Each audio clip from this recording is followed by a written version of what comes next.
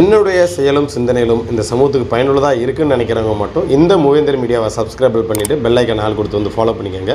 மூவேந்தர் மீடியாவுக்கு உதவணும்னு நினைக்கிற உறவுகள் கீழே கொடுக்கப்பட்டுள்ள வாட்ஸ்அப் நம்பருக்கு தொடர்பு கொள்ளுங்கள். நன்றி. ரொம்ப நாளாக நான் மூணூர் வரேன்னு நினச்சிட்டு இருந்தேன்.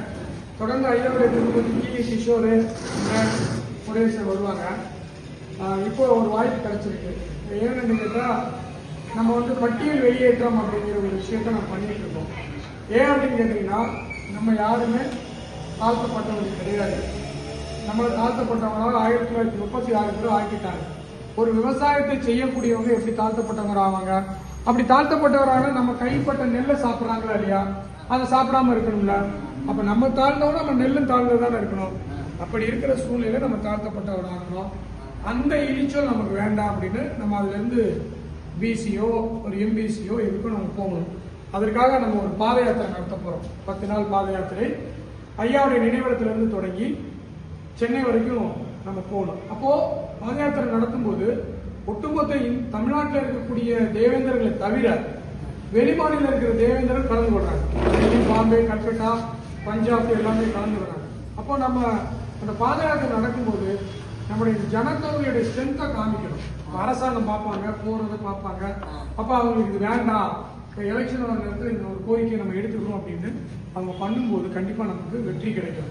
ஒரு குழந்தை தன்னுடைய தாயிட்ட பால் குடிக்கணும், அழுதா தான் குடிக்க முடியும். ஒரு தடவை 4 தடவை நம்ம நினைப்போம், ஐயோ அவர் வயிற்று வலிக்குதோ, அவருக்கு ஏதோ சிலிண்டர் போற நினைப்போம். அப்பதான் அந்த தாய் உணர்வோம். அதே மாதிரி தான் ஒரு அரசாங்கம் இவங்களுக்கு எல்லாம் வயிறு வலிக்குதா, இல்லை இவங்க உணவுக்காக வைக்கிறாங்களா, இல்லை இவங்க சமூகத்துல இருந்து வேற இடத்துக்கு போகணுமா அப்படிங்கிறத இந்த அரசுக்கு நம்ம எந்த அரசுனாலும் சரி, ஆனாலும் கூட நம்ம பட்டியலில் இருக்கக்கூடாது. நம்ம தாழ்ந்த ஜாதி இல்லை. ஏன்னு கேட்டீங்கன்னா, நம்ம அந்த காலத்துல கிட்டத்தட்ட 450 கோயில்ல முதல் மரியாதை. இப்போ கோயம்புத்தூர் எடுத்துக்கிட்டீங்கன்னா பேரூர் பட்டீஸ்வரர் கோயில், மதுரை மீனாட்சி அம்மன் கோயில், இப்படி நிறைய கோயில், முருகன் கோயில், திருப்பரங்குன்றம் எல்லாமே செப்பேடுகள், கல்வெட்டுகள், ராஜாக்கள். அப்போ அதை நம்ம அதெல்லாம் காமிச்சுதான் நம்ம தேவேந்திரோட வேளாளர்னு ஒரு பேரை வாங்கலாம். நீங்க பட்டியலில் இருக்கிற சலுகை போயிருங்க அப்படின்னு நினைக்காதீங்க. வேற எல்லாருக்குமே சலுகை இருக்கு. ஒரு பிசி கம்யூனிட்டிக்கு இருக்கு, ஒரு எம்பிசிக்கு இருக்கு, எல்லாருக்குமே இருக்கு. அதனால அந்த பாத யாத்திரை நாங்கள் நடத்த போறோம். அதுக்குரிய நோட்டீஸ் நாங்கள் கொண்டு வருவோம் எல்லாத்தையும். இது மாதிரி அப்போ நாங்கள் சொல்லிட்டு வருவோம்.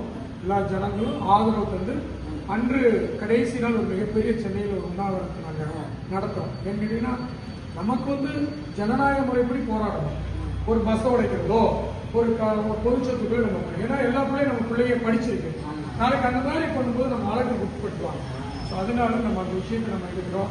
கண்டிப்பா நீங்க எல்லாரும் என்ன செய்யணும், அந்த விஷயத்துக்கு நீங்க ஆதரவு கண்டிப்பா கொடுக்கணும். அதனால திருப்பி நான் ஊருக்கு வருவேன்.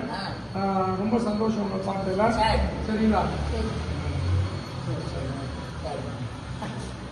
சந்தோஷம்.